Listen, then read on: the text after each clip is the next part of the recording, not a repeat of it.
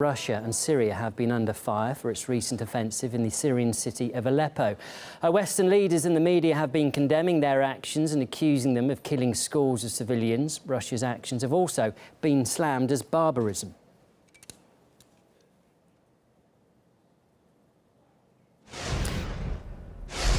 Well, we can cross live now to New York, speak exclusively to Bashar al-Jafari, who's Syria's ambassador to the UN. Thank you very much for coming on to RT this evening. As we were saying there, Aleppo is at the centre of this conflict at the moment. Many accusations coming from the West accusing Syria and Russia too of deliberate bombing of schools and hospitals. What's your reaction to that when you hear those accusations? Well, thank you very much for having me with you today. First of all, I would like to say that the conflict in Syria is not only about Aleppo. The conflict is covering the whole country, and we should understand the root causes of this conflict in order to give the right assessment. The root causes of this conflict in Syria ravaging the country is due, mainly speaking, to this imposed terrorist war on the Syrians, governments and people as well. And this imposed terrorist war is backed by the Western countries as well as by Turkey, Qatar, Saudi Arabia. The mask has fallen, I guess, after 5 years of this ferocious terrorist war against my country. The mask has fallen down, and now everybody knows what's going on in Syria. It's about hundreds of terrorist armed groups, backed, sponsored, given weapons, protected in the Security Council by the same guys who are shedding crocodile tears over the suffering of the Syrian population in Aleppo. There are many points to talk about, and we'll come on to the broader ones too. I did just want to start with Aleppo because those are the accusations that the Western media and the headlines are all about at the moment. And the accusation is that Syria is deliberately targeting civilians in Aleppo and indiscriminately, and they're also using barrel bombs. I just wanted to get your reaction to those specific allegations. Well, this is a hypocrite allegation coming from the same governments who are backing the same terrorists we are fighting in Syria. Look, for instance, the American administration claimed and alleged for 2 years that it is combating ISIL in Syria and Al-Nusra Front. But be sure, please, that I would like to assure you, that the American campaign called the International Coalition, which is not an international and neither international nor coalition, and I will explain why later. This campaign never targeted Al-Nusra Front, for instance, never, ever. The Americans are using, the Americans and the Turks and the French and the British as well, are using Al-Nusra Front as a shield to protect what they call the armed moderate groups in Syria. This is in itself an ungenuine move on the side of the American administration, because that proves in itself that the American administration is not genuine and is not serious about combating Al-Nusra Front terrorists, which is a terrorist entity according to the Security Council list. John Kerry just said recently that he wanted the ceasefire to continue to give themselves time to separate rebels from al-Nusra, particularly in Aleppo. Why has this offensive against eastern Aleppo continued? Why did you decide not to listen to John Kerry's proposal to continue the ceasefire there? Because the American officials kept saying and repeating the same thing Kerry said for almost 1.5 years. Since Vienna II conference, when the parties, all the parties, including the Russians and the Americans and everybody there, the Iranians, asked entrusted or asked the Jordanian government to come up with a list saying who is terrorist and who is not, and asked the Saudis to come up with another list saying who is opposition and who is not. These two regimes in Riyadh and Amman did not implement their commitments according to the Vienna II conference. Then the non-fulfillment and the non-implementation of these two requirements led to the fiasco of the Geneva talks, intra-Syrian Geneva talks.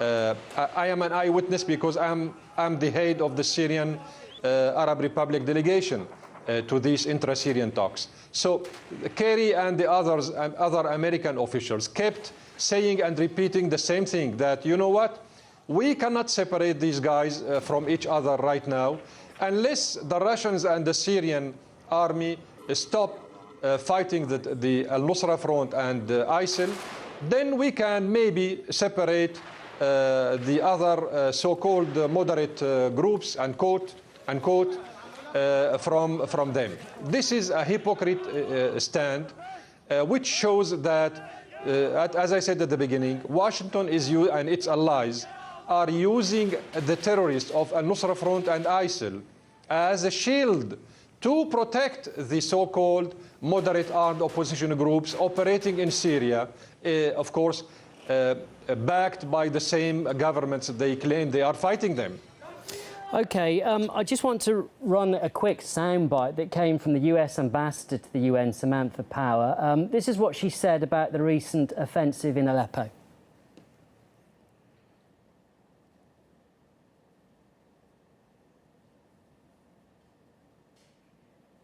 The Russian Federation and the Assad regime have launched an all-out air and ground offensive against eastern Aleppo and its 275,000 civilians.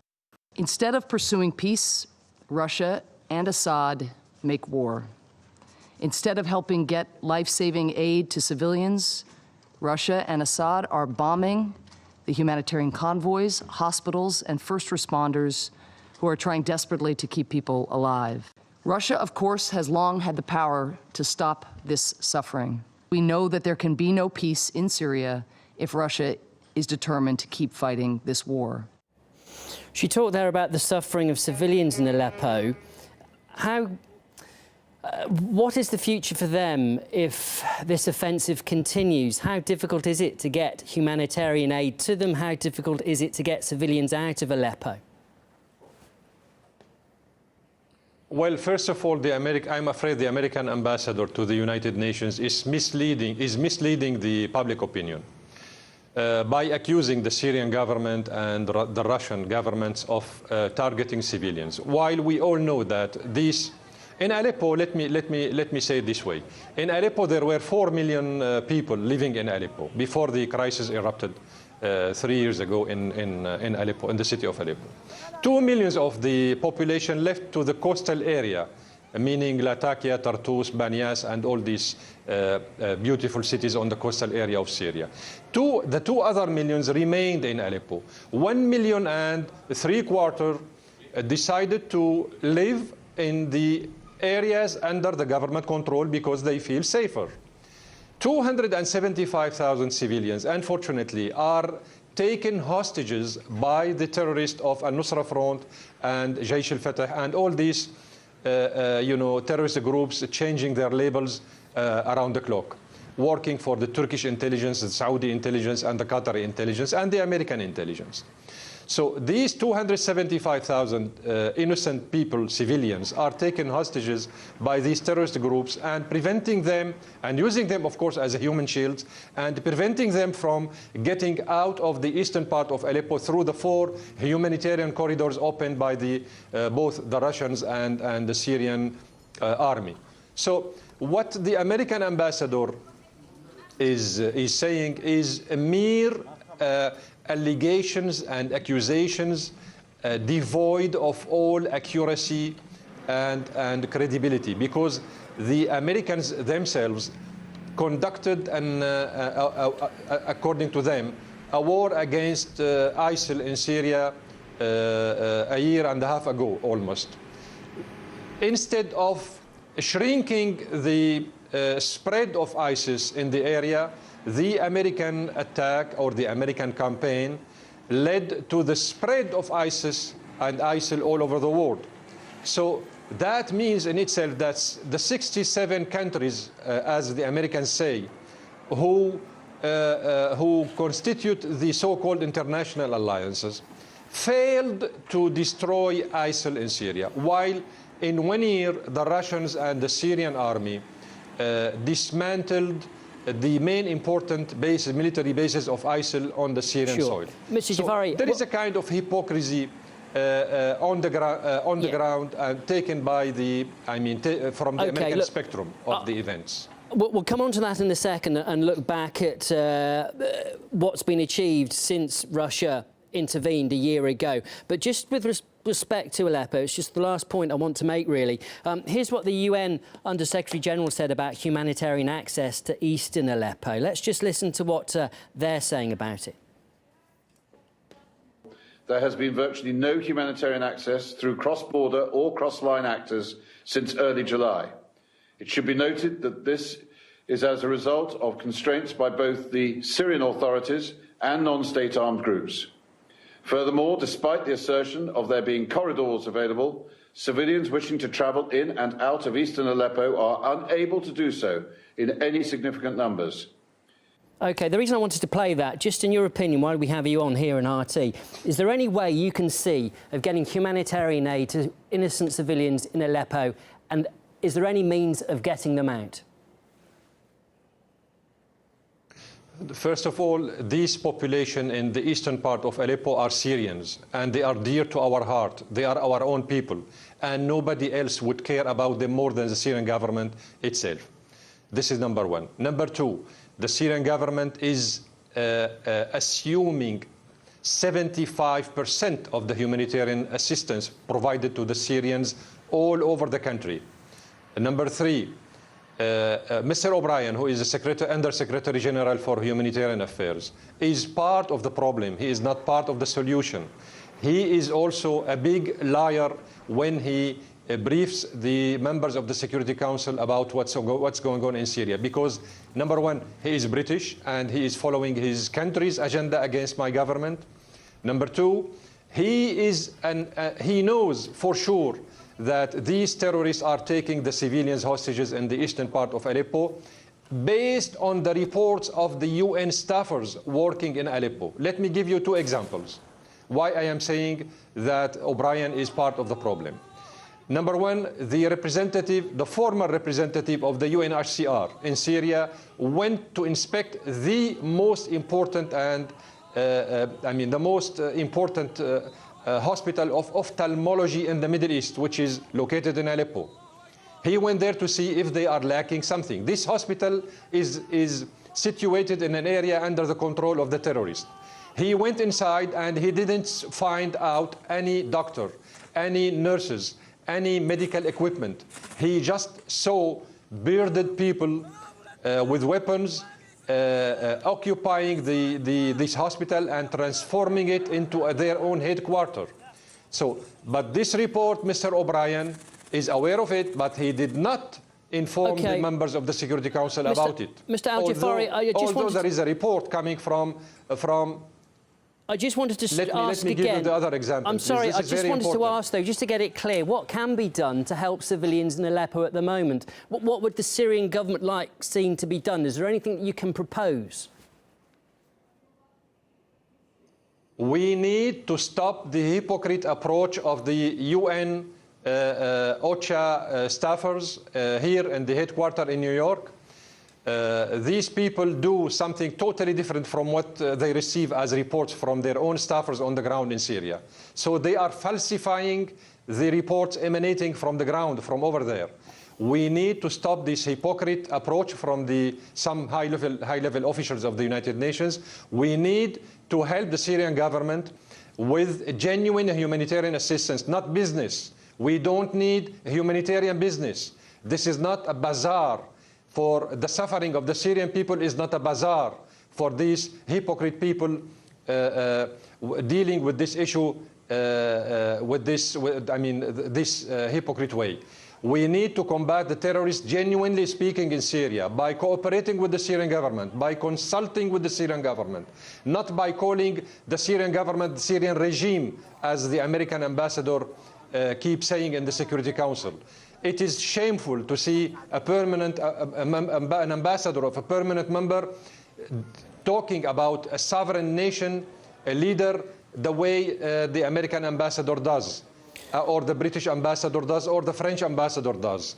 These people are in charge of maintaining peace and security in the Security Council, not undermining peace and security and the changing regime by force. So what conditions would have to be met, in your opinion, what conditions would have to be met for a ceasefire to start again? We need not only a ceasefire in Aleppo, we need a ceasefire, cessation of hostilities all over Syria. But to do so, you need to block the Turkish government, the border with Turkey, and dictate and impose and obligate the Turkish government to stop the flux of terrorists coming from all over the world through the Turkish-Syrian border. As long as Turkey is sponsoring the terrorist groups operating in the northern part of Syria and coming from all over the world, as I said, they are not Syrians. Most of them are mercenaries and foreigners, according to the Security Council reports. As long as the Turkish government doesn't do that, there will be no solution but the military solution to stop these terrorists. OK, you said that the only option perhaps could be a military solution. Here's what the US has said it could do if the ceasefire fails. No. I'm sorry. No. I said as long as Washington and Ankara and Riyadh and Israel and France and Britain do not stop the flux of terrorists coming and mercenaries coming from all over the world through our common border with Turkey, there will be no possibility to help the civilians, neither in Aleppo nor in anywhere else. The Syrian government cannot do everything on its own. We need a genuine contribution and a genuine participation from these governments hostile to the Syrian government. Okay. They are not honest brokers of any cessation of hostilities, and they are not honest brokers in sending any humanitarian assistance. OK, now obviously there's great concern on all sides that things can escalate from here on. This is what the US said would be its plan B if the ceasefire fails, and we previously heard from top American and Saudi diplomats about this. Here's what they've been saying. Assad himself is going to have to make some real decisions about the formation of a transitional governance process that's real. If there isn't, as you've read in the newspapers and are probably hearing, there are certainly Plan B options being considered. We believe that we should have moved to Plan B a long time ago. It was made very clear that Bashar al-Assad has two choices. Either he can be removed through a political process or he will be removed by force. When you hear that, what's your reaction that they believe that Bashar al-Assad should be moved by force if necessary? Well, this is a dirty game undertaken by some American officials. Number one, they are personalizing the conflict in Syria by saying that by talking about the Syrian president the way they do. In an impolite way. Although Damascus knows that Washington is backing the terrorists in Syria, we never say the American regime, we never say that everything is Obama's mistake. This is a very sarcastic and simplified approach. People who are smart wouldn't buy it. This is number one. Number two, the United States never had a plan A to move to plan B. Washington has had always a plan B. They never worked out any plan A. The proof is that we went to Geneva for the intra-Syrian talks, as I told you, to find in front of us terrorists from Jaish al-Ahrar and Jaish al-Islam, both working for the intelligence of Turkey and Saudi Arabia. We kept telling the Mistura and everybody over there, these guys are terrorists, you cannot invite them. The Russians did the same. They talked to everybody, you cannot invite these guys from Jaish al-Islam and Jaish al-Ahrar because they are terrorists. They are working for the Takfiris, they are working for the Salafis, they are working for ISIL and Jabhat al-Nusra, Al-Qaeda mainly speaking. But nobody listened. And then you know what, at the end of the day, in the last days of our intra-Syrian talks in Geneva, everybody discovered and agreed with us that, you know what, you were right, these guys are terrorists. And then they let them go and leave Geneva without being part of these intra-Syrian talks. But what was the outcome? The outcome was that we wasted almost a month of negotiation, dialogue, intra-Syrian dialogue among ourselves, just because of this handicap created by the same guys who claim and allege that they are seeking a peaceful settlement of the so-called Syrian crisis. The crisis in Syria is a rather geopolitical one. It is not a political one. It's not about a humanitarian issue. It is not about combating terrorism. It's about everything. It's about geopolitical ambition linked to the gazoduct of Qatar plan to cross Europe through Turkey in 2009, and it was refused by President Assad. So please, we don't need to simplify things. The conflict in Syria is rather has a geopolitical dimension. And this is what Moscow got from the beginning. This is what Beijing got from the beginning. This is what Tehran got from the beginning. The issue is much, much bigger than what the American ambassador tried to say in the Security Council, or Mr. O'Brien tried to say it, or Mr. de Mistura himself, who is victim of all this machination and manipulation by the influential guys. As things stand, how do you see the hope of finding a political solution? From where many people are at the moment, it seems it's going further and further away at a rapid pace. Perhaps only 1 or 2% the chances. How do you rate the chances of finding a political solution here right now? We are, as Syrian government, keen interest in pushing ahead the political settlement, but based on principles. Number one, the settlement should be Syrian settlement. It should be political. It should be without any foreign interference. It should be with the participation of national opposition representatives, not terrorists. We don't need al-Nusra Front to negotiate with us. We don't need ISIL to be part of this, of deciding the future of Syria. We don't need Jaysh al-Islam and Jaysh al-Ahrar and Jaysh al-Fatah, who are simply terrorists working for foreign agendas, to be part of building the future of Syria. The future of Syria should be built up by the Syrians themselves, away from foreign agendas. Syria will never be Iraq. Syria will never be another Libya.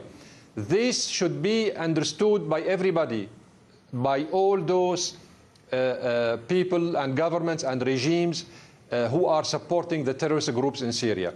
We will not allow these governments to transform Syria into another Iraq or into another Libya.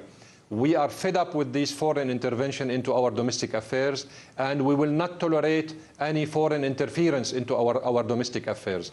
We are ready to go ahead with the political settlement the way we did it many times during 5 years.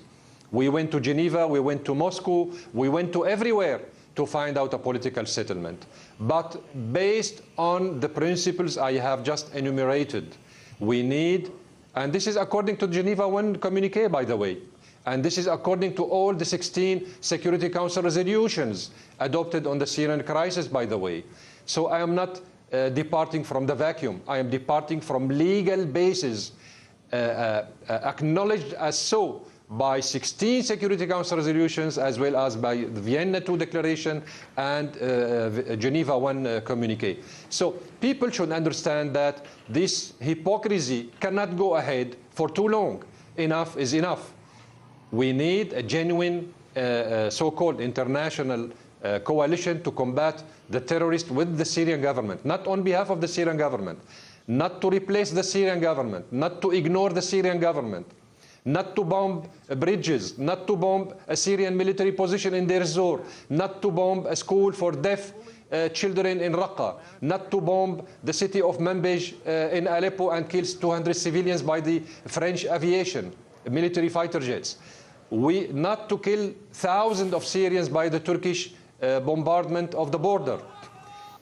Please, we have a message to deliver to everybody. Enough is enough. The Syrian blood is not about making business. The Syrian blood is precious, and the Syrian government is, mainly speaking, in charge of protecting its own population. We are protecting our country. We are protecting our own people and our own population wherever they are.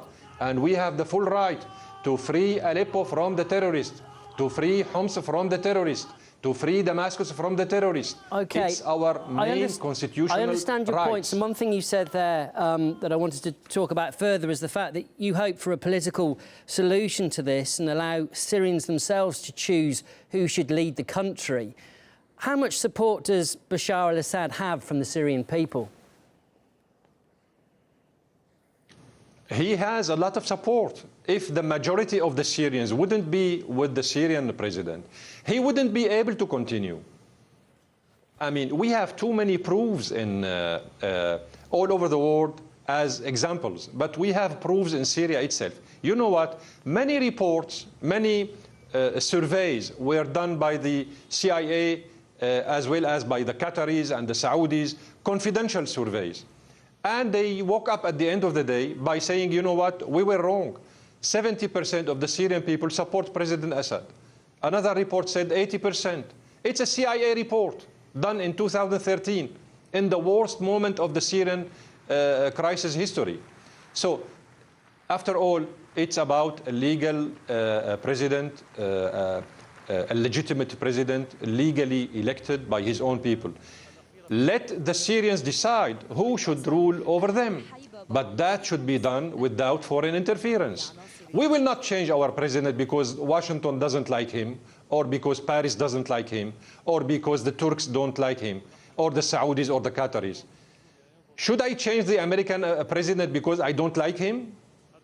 Should we create moderate armed opposition in America to create a mess and a chaos in America, and claim that we are helping American moderate opposition to to topple the American administration? I certainly take your point, I mean, this is wrong. The approach is wrong. We're running out of time, so I just wanted to ask you two more things, really. With regards to Aleppo, there are reports that the Syrian government is preparing for a major ground offensive there. Is this true? What's the situation? What can you tell us? With regard to what? With regard, to Aleppo and reports that the Syrian army might be about to launch a major ground offensive there. No, we are launching an offensive. We will not launch an offensive. We are already launching an offensive to free the 250,000 civilians taken hostages by these terrorists of Al-Nusra Front in the eastern part of Aleppo. Sorry? With ground troops. You're using ground troops as part of this major offensive. No, I told you, my friend, from the beginning, we are determined to free every single inch in Aleppo and surrounding, in the suburbs of Aleppo or in the areas surrounding Aleppo. This is not, this is our obligation, constitutional obligation. But we are fighting the terrorists of Al-Nusra Front in the eastern part of Aleppo. We are fighting the same people who said when the Russian-American agreement was declared, they said publicly that they will topple the Russian-American agreement, and they did by bombing the humanitarian convoy. And the Americans, hypocritically speaking, as they always say, you know what they said in the Security Council, and I was there. They said, we made a mistake by bombing the Syrian military position in Deir ez-Zor, and the Russians made another mistake by bombing the humanitarian convoy. So you see how they simplify things? They killed 83 of our soldiers and wounded over 100. And then they destroyed, by backing these terrorists who bombed the humanitarian convoy, they say that the Russians did it. And one mistake is for another mistake. Would you accept, they have apologised, do you accept their apology? They did not apologize. They said, we made a mistake. We haven't heard the word, we apologize. So far, we haven't heard it. And it is not enough. They should assume the consequences of their aggressive act. We have 83 soldiers dead due by virtue of what they did in Deir ez-Zor. And they never stopped. Yesterday morning, they bombed 2 bridges, civilians, linking the 2 banks of the Euphrates rivers in the city of Deir ez-Zor. They keep repeating the same mistakes every time. You know, They kill and they say, you know what, we made a mistake. Okay, look, and finally... Every time they do I'm sorry to interrupt again. I just wanted to ask one last thing, because we're running out of time, Mr. Al-Jafari. But look, if no political solution is found soon, what do you fear for your country? As I told you, the picture is very clear to everybody nowadays. People are smart. They are not stupid. They are not dumbs. People know that to achieve a political settlement in Syria, Washington and its allies, the Arabs and Saudi Arabia, Qatar, and Turkey, should stop using terrorism as a political weapon. These governments are using terrorism as a political weapon to exert pressure on the Syrian government. And they said it many times. Kerry said it, Obama said it, all the American officials said it, in the Security Council they said it. You know what? They said either President Assad steps down or the war will continue. What does that mean? That means they are behind the war. They are backing the continuation of the war, unless and until President Assad steps down. This is a reality. This is what it is. As far as the Syrian government, we are in favor of political settlement. But we will never tolerate any foreign interference into our domestic affairs. We will not sit with terrorists to decide for the future of our country. Otherwise, you know what? You will see the same guys that you saw in Afghanistan and elsewhere, Boko Haram and ISIL, being partners in ruling over the Syrian affairs. Would you tolerate that? Would any smart guy all over the world would tolerate that? Seeing ISIL, Al-Nusra Front, Boko Haram, and Taliban and Al-Qaeda ruling over Syria, which is the only secular Arab government right now in the Arab world?